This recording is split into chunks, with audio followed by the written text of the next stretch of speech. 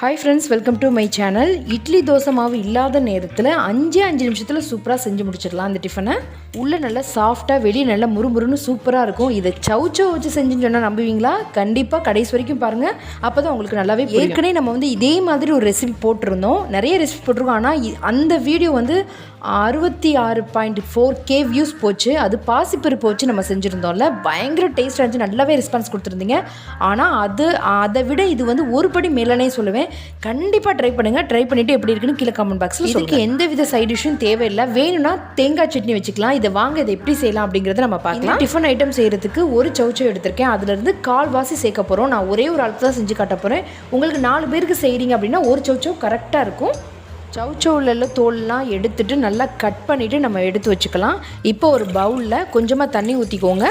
ஒரு தக்காளி, நல்லா பழுத்த தக்காளியாக பார்த்து எடுத்துக்கோங்க. சவுச்சவ் கட் பண்ணி வச்சுருந்த சவுச்சவ் ஒரே ஒரு காஞ்ச மிளகா போட்டு நல்லா கொதிக்க வச்சு ஒரு 2 நிமிஷத்துக்கு நல்லா கொதிக்கட்டும். நல்லா ரொம்ப குழஞ்சி வேக வேணாம், ஓரளவுக்கு வேகிற அளவுக்கு பார்த்துக்கோங்க. 2 நிமிஷம் கரெக்டாக இருக்கும். நல்லா வேக விட்டுட்டு அதை எடுத்துக்கலாம். இப்போ நல்லா வெந்த சவுச்சவ், காஞ்ச மிளகா, தக்காளியை மிக்ஸி ஜாரில் சேர்த்துக்கலாம். இந்த 3 பொருளையும் நான் மிக்ஸி ஜாரில் சேர்த்துட்டு நல்லா அரைச்சி எடுத்துக்கலாம். முதல்ல ஒரு தடவை நல்லா அரைச்சி எடுத்துக்கிட்டு அதுக்கப்புறம் இந்த மிக்ஸி ஜாரில் நிறைய விஷயங்கள் சேர்க்கணும், அதை நான் சொல்கிறேன். இப்போ நம்ம அரைச்சி எடுத்துகிட்டு வந்துட்டோம். இந்த கப் அளவுக்கு நீங்கள் கணக்கு வச்சுக்கோங்க. டம்ளர்னால் அந்த அளவுக்கு வச்சுக்கோங்க. இந்த கப்பில் அரை கப் அளவுக்கு கடலை மாவு சேர்த்துக்கலாம். அதே கப்பில் 1 கப் அளவுக்கு அரிசி மாவு எடுத்துக்கலாம். அரிசி மாவுனா நம்ம இடியப்பத்துக்கு அரைப்போம்ல, அந்த மாவு இருந்தால் ஓகே தான். அதுலேருந்து 1 கப் அளவுக்கு நான் சேர்த்துக்கிறேன். சேர்த்துட்டு இப்போ நம்ம நல்லா அரைச்சி எடுத்துக்கலாம். தேவைன்னா கொஞ்சமாக தண்ணி ஊற்றிட்டு நல்லா ஓரளவுக்கு இந்த தோசை மாவு பதத்துக்கு நல்லா அரைச்சி எடுத்துக்கலாம். இப்போ நம்ம அரைச்சி எடுத்துகிட்டு வந்துட்டோம். இதை இன்னொரு பாத்திரத்தில் நம்ம மாற்றி எடுத்துக்கலாம். இன்னொரு பாத்திரத்தில் மாற்றி எடுத்துட்டேன். இப்போ ஒரு பெரிய வெங்காயத்தை நல்லா பொடியாக கட் பண்ணி வச்சுருக்கேன். அது இந்த நேரத்தில் சேர்த்துக்கலாம். கொத்தமல்லியை ஒரு கைப்பிடி அளவுக்கு நான் போட்டு நல்லா கட் பண்ணி வச்சுருக்கேன் பொடியாக. அதை இந்த நேரத்தில் சேர்த்துட்டு நம்ம உப்பு ஏற்கனவே நம்ம சேர்த்துருந்தோம், நம்ம அரைக்கும் போது சேர்த்து அரைச்சிருந்தோம். இப்போ எல்லாத்தையும் நல்லா மிக்ஸ் பண்ணிக்கலாம்.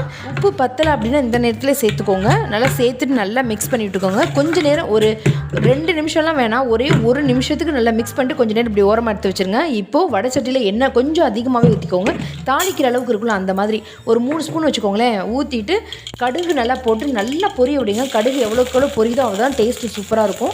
கடுகு நல்லா பொரிஞ்சதுக்கப்புறம் கருவேப்பிலை ஒரு கொத்து சேர்த்துக்கலாம். நல்லா கருவேப்பிலை நல்லா பொரிஞ்சதுக்கப்புறம் நம்ம அரைச்சி வச்சுருக்க அந்த மாவு ஊற்றிக்கலாம்.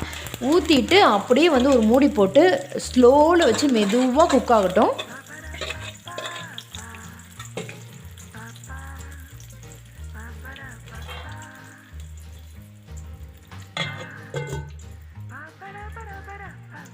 இப்போ நல்லாவே குக் ஆயிடுச்சு. நல்லா தெரியுது பாருங்கள், மேலே அந்த மாவுலாம் போய் நல்லா குக் ஆயிடுச்சு. இப்போ திருப்பி போட்டுக்கலாம். திருப்பி போட்டு ஒரு 2 நிமிஷத்துக்கு நல்லா ஸ்லோவாக குக் ஆகட்டும்.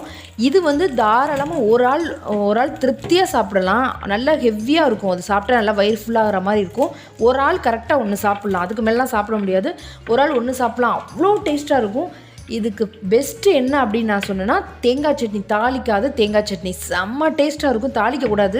ஏற்கனவே நம்ம தாளிக்கிற மாதிரி அந்த மாவில் போட்டு கடுகும் கருவேப்பிலையும் போட்டு தாளிச்சிருக்கலாம். அதனால் அதோடு சேர்த்து மிக்ஸ் பண்ணி தாளிக்காத தேங்காய் சட்னி வச்சு சாப்பிட்டிங்கன்னா செம்ம டேஸ்ட்டாக இருக்கும். நம்ம ஏற்கனவே ஒரு வீடியோ போட்டிருந்தோம்ல, அதை விட ஒரு படி மேலேங்க. கண்டிப்பாக ட்ரை பண்ணுங்கள். ட்ரை பண்ணிவிட்டு எப்படி இருக்குன்னு கீழே கமெண்ட் பாக்ஸில் சொல்லுங்கள். நம்ம நிறைய டிஃபன் ஐட்டங்கள்லாம் போட்டிருக்கோம். எல்லா ரெசிபியுமே நம்ம பாருங்கள். எல்லா வீடியோஸுமே பார்த்துட்டு எப்படி இருக்குன்னு கீழே கமெண்ட் பாக்ஸில் சொல்லுங்கள். இன்னொரு வீடியோவில் பார்க்கலாம். தேங்க்யூ ஃபார் வாட்சிங்.